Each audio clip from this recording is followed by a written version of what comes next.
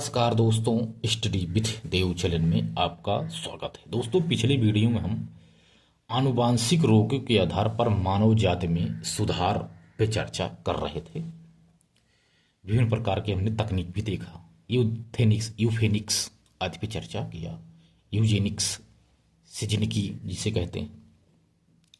आइए देखते हैं दोस्तों, जैव प्रौद्योगिकी यानी बायोटेक्नोलॉजी, ये नया चैप्टर। जैव प्रौद्योगिकी किसे कहते हैं दोस्तों, इसकी क्या क्या विधियां हैं आदि भी हम चर्चा करते हैं। जैव प्रौद्योगिकी वायरस और बैक्टीरिया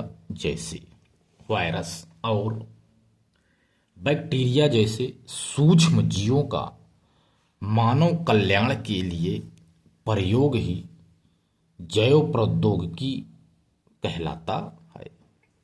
वायरस और बैक्टीरिया जैसे सूक्ष्म जीवों का मानव कल्याण के लिए प्रयोग ही जैव प्रौद्योगिकी कहलाता है। दूसरे शब्दों में यह भी कहा जा सकता है कि मानव कल्याण के लिए इन जीवों का उत्पादन जैव प्रौद्योगिकी है। जैसे सिरका बनाना, ये भी जैव प्रौद्योगिकी है। शराब बनाना, दही बनाना इत्यादि में प्राचीन विधियां है जैव प्रौद्योगिकी का।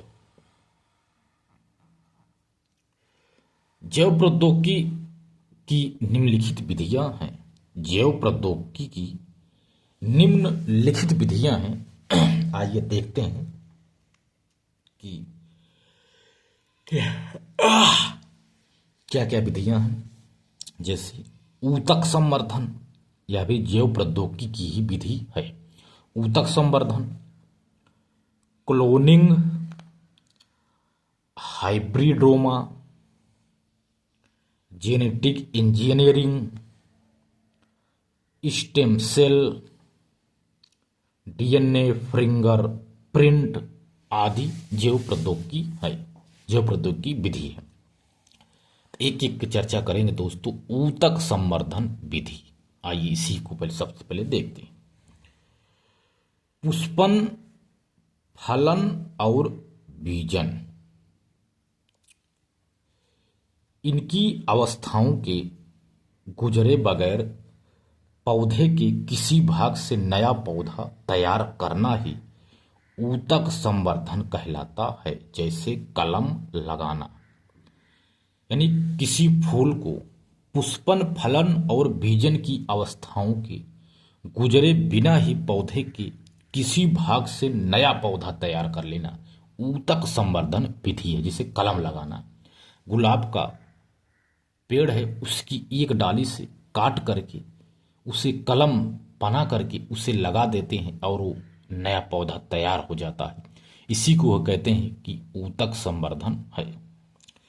दूसरा है जेनेटिक इंजीनियरिंग, यानी जीन अभियांत्रिकी, जेनेटिक इंजीनियरिंग का है। जीनों का विलोपन, स्थानांतरण और संयुगन, यानी जोड़ना। जीनों का विलोपन, स्थानांतरण और संयुग्मन करके जीव में मनोवांछित गुण पैदा करना ही जेनेटिक इंजीनियरिंग कहलाता है। यह जेनेटिक इंजीनियरिंग है दोस्तों। जेनेटिक इंजीनियरिंग की कई विधियां दोस्तों, इसकी कई विधियां हैं। जिसे डीएनए पुनर्योजित तकनीक, जेनेटिक इंजीनियरिंग की कई विधियां हैं। जैसे डीएनए पुनर्योजित तकनीक, ए और बी गुण है तो इसमें माइनस डीएनए प्लस डीएनए दो होता है, एक दूसरे की तरफ यहां आके मिलते हैं प्लाज्म बैक्टीरिया से। मान लीजिए हमें ए का कोई मनोवांछित गुण बी में पैदा करना है। इसके लिए हम इंडोन्यूक्लियेज नामक एंजाइम से, जैसे ए से मनोवांछित गुणों वाले डीएनए को काट लेंगे।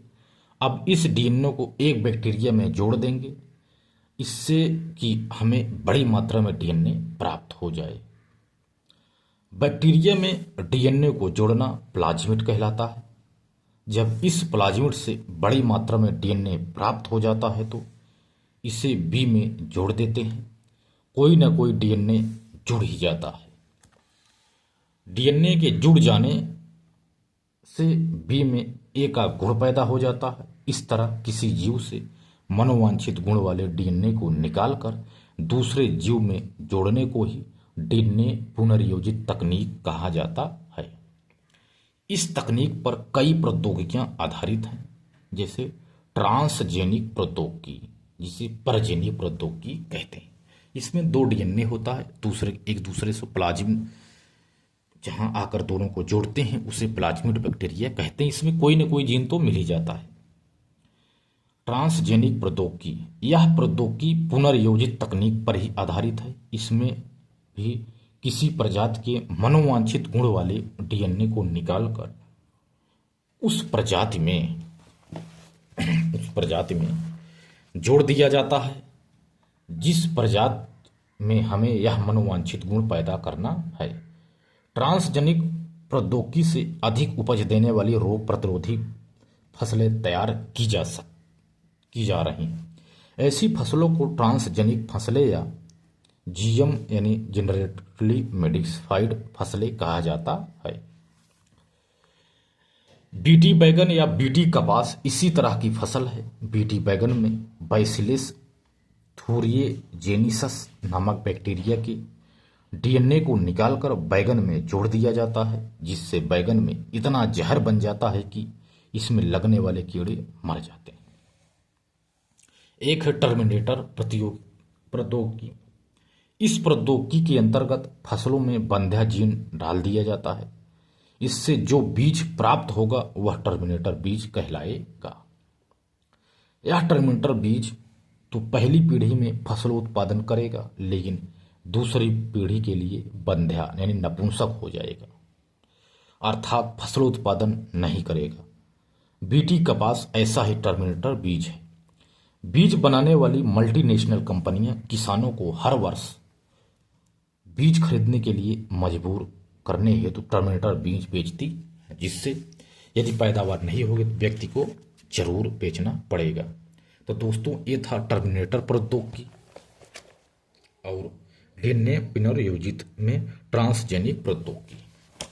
तो दोस्तों, हम अगली वीडियो से चर्चा करेंगे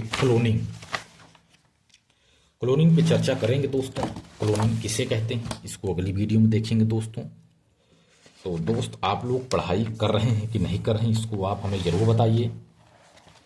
कमेंट जरूर किया करिए दोस्त, यदि कमेंट करेंगे तभी पढ़ाने में मज़ा आता है, अन्यथा नहीं।